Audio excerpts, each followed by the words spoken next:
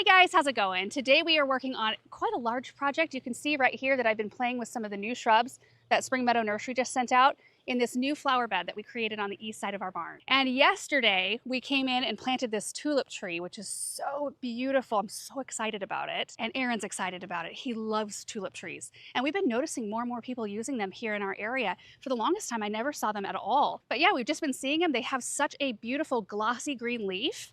We planted one out in the dirt lands, but I think Aaron was really excited to get this one in as well. Like, their leaves have a really unique shape, but they've also got a beautiful luster, gloss to them. And last summer in particular, we were over in the Boise area. We did a staycation with Aaron's side of the family over there at a hotel in Boise, and they have like this big pool area. It was really fun. But we noticed in all their courtyards, they had these tulip trees, and it was over 100 degrees, and these trees looked beautiful. And the gloss of the leaves, it just brings that lush factor, and it makes things look not dry. Now, they do grow quite large, and we talked through all the implications of that yesterday when we planted it, being planted so close to the barn. But you guys, I'm gonna double down, and we're gonna plant a second one in the same spot right here. I think adding another one in here to balance this first one is going to be beautiful. So they grow 25 to 30 feet wide. So if we plant one the same distance in from this side, then they should overlap a little bit in the center. We're going to be limbing them up eventually to where you'll actually see all the windows. And then we'll keep them shaved up to a certain point on this side to where, you know, the branches aren't growing straight into the side of the barn, but rather we'll have them kind of shaved up, you know, over the roof line there. But our goal, and maybe you can kind of see it from this angle, is that this tree be a little bit of a canopy over the lane right here and on the side that I'm at. And I was so thankful the garden center had one left. Yeah, look at this. Oh, it's gonna be so pretty. So in the end, you know, we'll have this massive, tall, beautiful thing just cozying in the barn and creating a little bit of canopy over the driveway. And then as far as the shrubs go, I want this to look a little bit more balanced, a little bit more structural, because it's really the only thing right here. And it's right next to our pond Dreamstream area, which has a very informal look, which is what I want. But I want to have some very strong winter structure in here, because otherwise it would be really hard to kind of tell driveway from flower bed, like where one stops and where one ends. So we're going to use some of these brand new boxwoods that Proven Winners is bringing into their line. This is the Independence variety. We're going to try them out right here. And then we've got two of the Freedom, I think is what they're called. They get a little bit bigger. Yeah, this one's Freedom, grows, well, 3.5 feet by 3.5 feet, and these grow 3 by 3. These on the end, I'm gonna let get quite large and keep them very spherical. And then we'll start in with our straight hedge, like our very clipped hedge, and then it'll end at another circle on that side. So that in and of itself will be gorgeous structure. You can also see the bricks. I'm gonna lay the bricks out. We will have a brick border in front. It'll be, you know, not installed, but I'll at least be able to form up the edge how we need to have it so that I can plant the boxwoods properly. Because right now, I mean, it's just a willy-nilly edge. There's no defining nature about it. So I thought, well, if I just lay the bricks down, then I can at least measure the distance back, how far I need the boxwoods to go, and so on and so forth. And then toward the back here, we're gonna have a solid hedge of the brand new Incredible Stormproof hydrangea, which grow about 4 feet tall, right under the window, 4 feet wide. We are going to have some gutters installed. In fact, you guys might see a new roof here soon. Aaron hates this roof, and I think he just needed a really good excuse to start pursuing what it might take to get this thing redone. We need gutters on it anyway, and then they can install these things. They kind of look like little nubs that come out. I think this is how it works. I'm not sure, but they put them in along the roof line when it's so steep like this, and it breaks up snow loads. So if you've got snow on top that's sliding off, it won't come off in one big giant piece. It'll kind of break it up. And then we'll have some gutters. We'll ask them what's best. And then it's possible, depending on how what they say, I might put some cages around the hydrangeas for the winter time so that, you know, it just protects them a little bit. The beauty though of these hydrangeas, they're an arborescens type. And some of them are forming up blooms right now. They're an arborescens type, which means they bloom on new wood. So even if they sustain some damage, they'll still produce blooms on the wood that they produce during the current growing season. I've also got a Strawberry Hill climbing rose that I want to put right here with the goal of putting 4 more. 1, 2, 3, 4 more Strawberry Hills. Garden center's out of those, so it'll be one I have to repeat. Or maybe we just do one here, and then maybe we do some purple clematis in between the other windows. And then in the middle here for now, we'll probably just go with annuals. I was going to do some of these right here. These are the Heart of the Jungle and Coffee Cups Calocasias, and they get 3 to 5 feet tall. I thought about just popping them through here But I don't know. I think I'm going to go with something lower so we can really see the hydrangeas. Anyway, it's a big project. I'm not sure how far we will get today. It's supposed to get close to 100 degrees today. So I think the process is going to go like this. I'm going to go in with the bricks. That's going to take me a minute. I'll probably have to shift things around, stand back a million times and try to figure out exactly how we want that brick border. Then I will be able to space everything else. I'll be able to space all the boxwoods. And then after that, we can plant. Planting will be easy. There's the other beautiful tulip tree up in the truck right there. Also, we had our hose link. You can see the pipe right there. That's where the hose has been these last couple of years. So we're going to move that right to the corner right here so that we're not pulling hose out over plants. And then we are going to be working a little bit around some things. There are a few boxes. Well, there's that box is an electric box. There's an irrigation box. You can see the beginning of a couple zones, one of which we will use for this flower bed. I have a big rock I need to move, but the bricks I'm going to line up with the edge of the barn. So the end of the brick will be here and it'll go in. So that's where we'll start and then swing around. Anyway, let's get after it.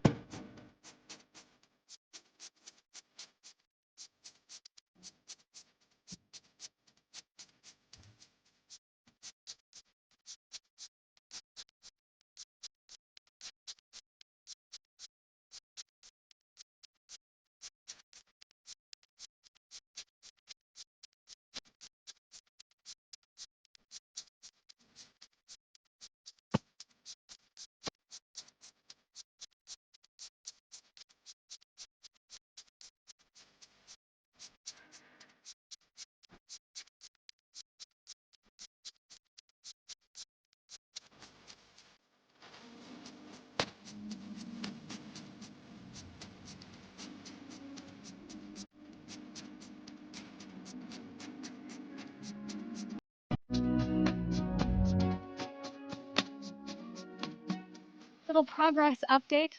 Things are going well. Look at this. Those bricks really transform it, don't they? And they're far from perfect, but they're close enough. They look kind of like a wave because none of them are level. I just wanted to set them out so I could I'm such a visual person, so I could visually see how this bed was going to come together and so that I could get the boxwoods semi-close to where they needed to go in the end. And when you're planting a hedge, you can be off by an inch or two and it's not going to matter that much because in the end, you're just going to be shearing up the plant anyway. So I think we are pretty darn close. Kind of show you from different angles here. The tree looks gorgeous. Isn't that pretty? Oh my goodness. You know, it always takes on a different look depending on where you're standing, for sure. But this might be a good contender, a good bed to put some kind of a focal. Like maybe we do some statue or something right in the center and then underplant with annuals. Oh, that would be just so beautiful. I wanted to stand way back. I do think the tree on the right is going to need to come left just a little bit, but not much. I am going to grab my clippers though, and I'm gonna do some shearing up on the bottom here. I think it would be good to have these lower branches off. Oh yeah, now they match a little bit more in their canopy shape. Yeah, this one's gonna be a little bit tricky to plant in the hole. So we'll probably dig out the hole a little bit bigger so we've got some room to play so that we can get the trunks to line up this way and then also get the trunk to line up. It needs to be, well, just about how it is right now. Just to the left of that first window. Okay, I think I'm gonna go grab some helpers to dig this hole. That's a huge hole. The rest of them I'm gonna use the 9-inch auger and shouldn't have any problem whatsoever. And this works out perfectly because all of our trenching, like our gas line and electric and water, all come right through here to the Hartley, right through here. We're still gonna hand dig it just in case, but we shouldn't run into anything here. And once that tree is in, we can go to town with the rest of the plants. And I'm hoping we have time to plant some annuals in the back. I've got some saffron finch supertunias and maybe even some unplugged pink salvia. I don't know if I have enough to span this area, but I just want to see of like 1 or 2 colors on in the interior here.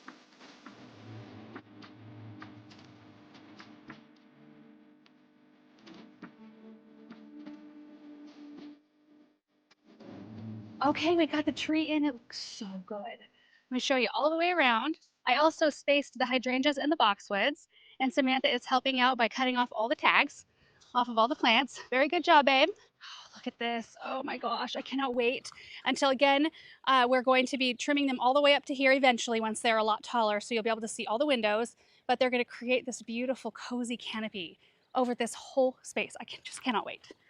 Oh, it looks so pretty, and there's some definition over here, which is so nice because as you know, this spot has just been bare for years at this point. And then I took a tape measure and I spaced the boxwoods from the center of the plant over to the edge of the boxwood. It's about 14 inches, like to right here, from here. And these again grow 3 by 3, so they grow about 18 inches from the center. So if I never took hedge trimmers to these, they would grow over the bricks about halfway, which is perfect. That way we can let them get woolly if we want to, and we'll still be able to see bricks. Oh, I just love it so much, you guys. I can't even explain it. Oh, it feels like, oh, I don't know. I think just that touch of formality over here just caps off the barn beautifully, and it'll give us something really pretty to look at. I mean, not that there's other pretty things to look at, but as you go around the corner here, you'll have a straight shot view. In fact, let's walk over there. May as well. Need a little break before we start digging all of our holes. Okay, so there's our lane that we drive down. And as we cruise around this corner, it will just give us a place to land our eyes. Something green. And that hedge I think will be really nice because it will provide some structure over there. Oh, I just love it. One could put the Four Seasons statues in here too, you know, like the smaller version. I think it's Unique Stone that has some smaller ones. You could do 1, 2, 3, 4. That would look pretty. Maybe a little bit too much, but that would look pretty. Thank you. Those are some excellent piles. Now can you make one big pile? I brought out the 9-inch auger. We're ready to roll. I think it's just 28 holes. We should be able to zip through it pretty quickly. I'm gonna hand dig these 2 holes because there's a landscape box right here. I know that this one's okay, but those 2 I'm not sure of, so I'm not gonna even go there.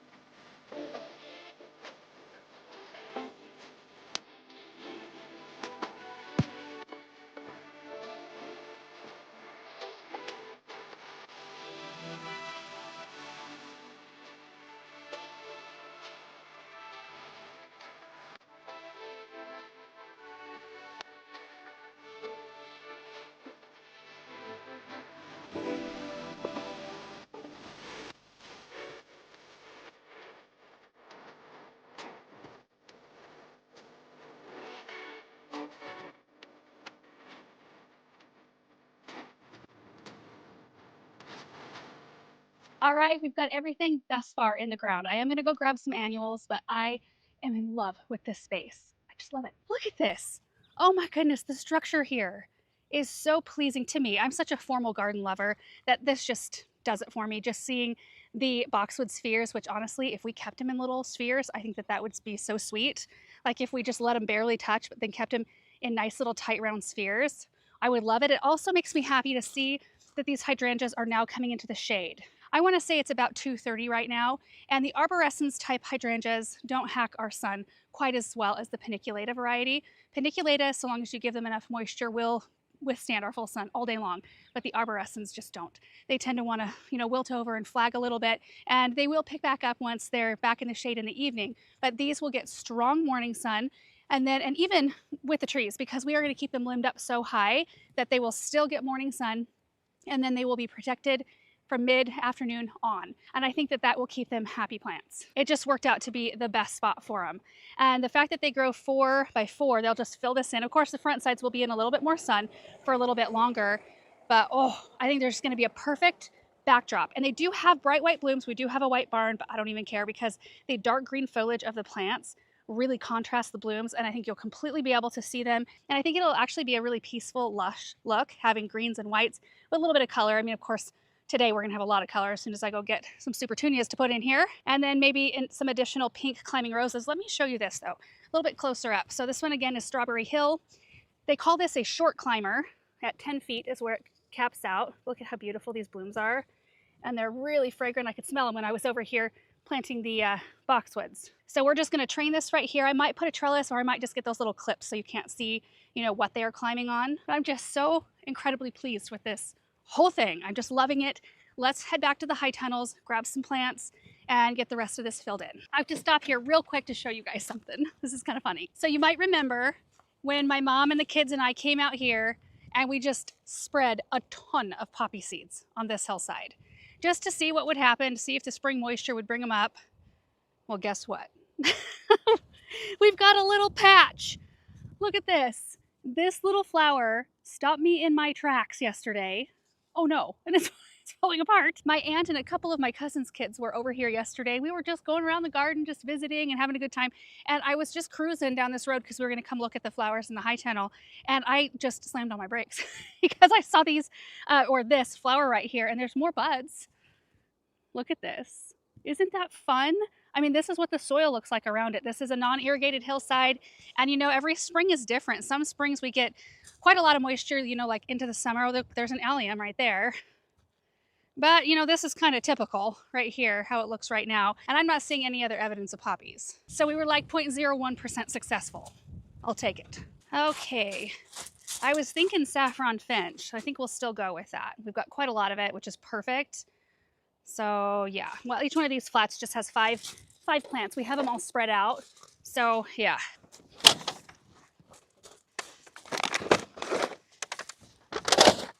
Okay, so here's what we've got. We've got some of this unplugged pink salvia, which does look really pretty with the saffron finch, and it would give us a little bit more vertical interest in here.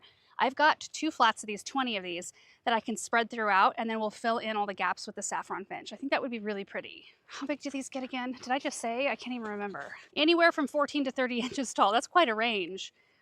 Spacing about 12 to 20 inches, it says. And of course, these will just spread themselves around on the ground.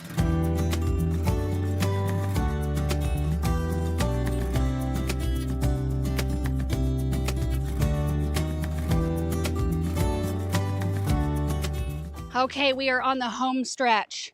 Got the salvia and the supertunias placed. And oh my goodness, I'm loving it. This is gonna be a beautiful bed. We'll have that little touch of pink, the bright yellow. And it's such a clean, cool yellow. It's just my favorite yellow annual. And then, you know, I'm not expecting a ton of blooms from the hydrangeas, but I do think we'll get some. And these will be such a great space filler until we decide what we wanna do. I think it would also be pretty to put like pack it out with pink Gara. Just like that really flowy kind of look. That would be pretty. A lot of things would be pretty. Let's get them planted.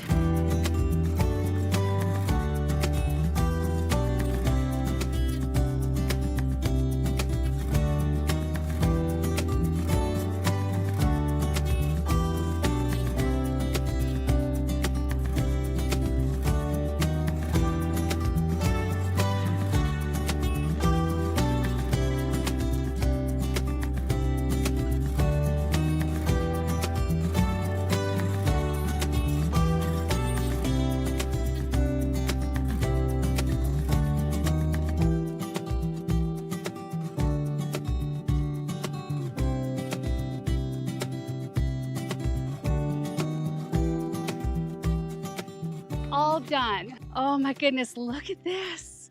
I can't believe that just this morning there was only 1 tree planted in this flower bed. Now look at it. Super full. We've got some definition with the brick. I think these annuals are going to be gorgeous. I basically put 3 salvia on either end and then tried to do somewhat of a pattern in the middle, and then just popped in the saffron finch everywhere that looked like there was a gap. And you know, I can't plant right on the root ball, but these will fill in. It'll be really, really full in no time. I also backed them a little bit away from the boxwoods so that they don't come spilling through. They probably still will, but maybe not quite as bad. And I think I gave stats on all the plants except for maybe the hydrangeas, the stormproof. They're supposed to be incredibly tough and resilient, which is really perfect, even though we're going to be rectifying the whole roof situation, hopefully before the end of this season, so that we don't have to worry about, you know, big snow running off or rain running off the roof and damaging our plant. But even then, I think it's going to shoot out. Usually the line where the rain kind of hits is right in front of where these hydrangeas are. So for the time being, while they're small, it shouldn't be a huge issue. And by the time they're big enough, we'll have the roof situation figured out. But they are a zone 3 through 8, so they're really winter hardy. It just seems like they're going to be a really perfect one for this situation, and I'm excited to watch them grow. So anyway, here's one last look. This is our project for the day. I'm not going to do anything else. I'm going to call it. Oh my goodness, let's take a look from further away. So front of the barn, a little bit backed up, you can see the structure here. Of course, once the hydrangeas put on a little more size, that'll look really, really nice. Anyway, thank you guys so much for watching this video. I hope you enjoyed seeing this flower bed come together. We don't often put together kind of a whole flower bed in one fell swoop. And even though, I mean, we had one of the trees planted, but I feel like we planted a lot of things today. So this will be a fun one to update you guys on as the season progresses. Again, thank you so much for watching, and we will see you in the next one. Bye.